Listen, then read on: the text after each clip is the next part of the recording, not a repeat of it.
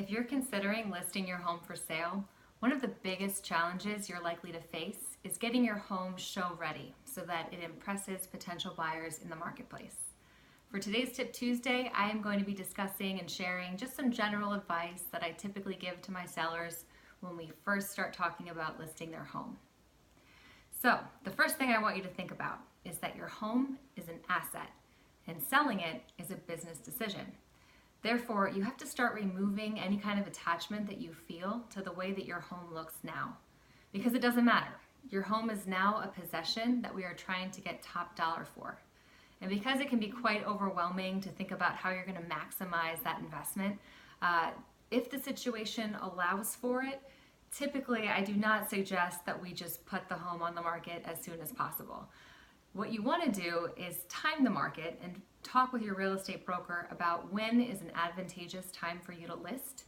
Choose a list date and then work backwards from there. So you have a timeline and you can sort of start to think about what you can accomplish in that timeline without driving yourself crazy. So generally real estate brokers will give a lot of different advice about ways to freshen up the home and make it more appealing to buyers. Things like painting rooms, enhancing curb appeal, maybe finishing some of those DIY projects that have kind of been on your list for a long time but never quite got the check in the box. All of those things you're going to want to consider and talk with your real estate broker about. But really what I'd like to talk about today is getting your home show ready.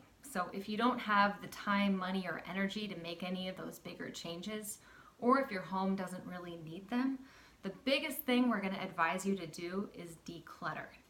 I mean, look around the room that you're in right now. If you're in your house, there's probably a bunch of stuff. I mean, look at me. There's a lot of stuff in this room. So what I try and advise people is to think about a furniture ad. When you think about an ad for furniture, it always looks so nice, right? It looks so inviting. Why? Well, typically it's because there's not very much in that photograph. It's a couch, maybe a table, maybe a rug, a lamp. There's not much else that's distracting you. And so when we think about taking the pictures that we're going to use to list the home, we want to get as many buyers attracted to your home as possible, as many people to respond to those pictures as possible. So we want your home, the spaces of your home, to look like a furniture ad. So what do? First thing we do is take everything we can off of the counters. That's a big one because I have a lot of stuff on my counters.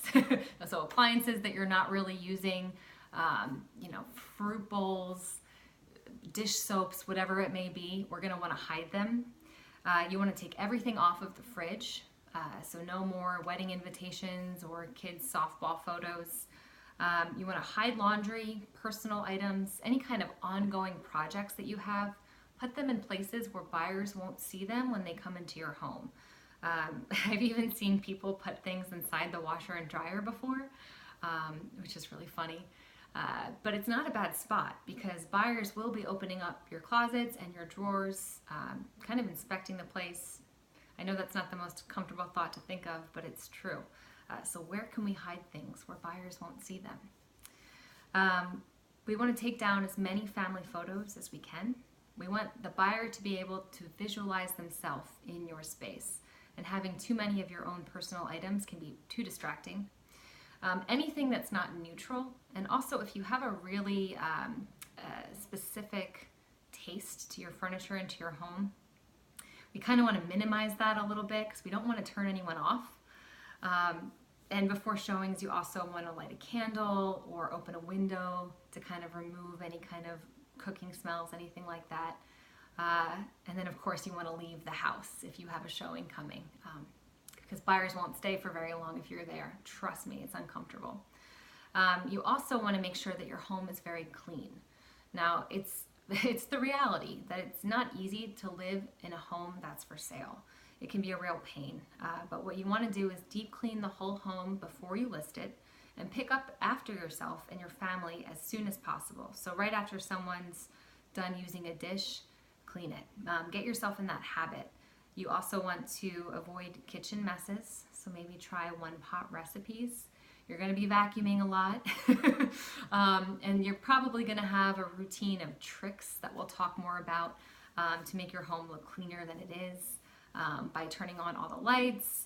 We want to throw messes in kind of like attractive storage containers so that if you get a last minute showing request, you're able to just go around and pick up really quickly.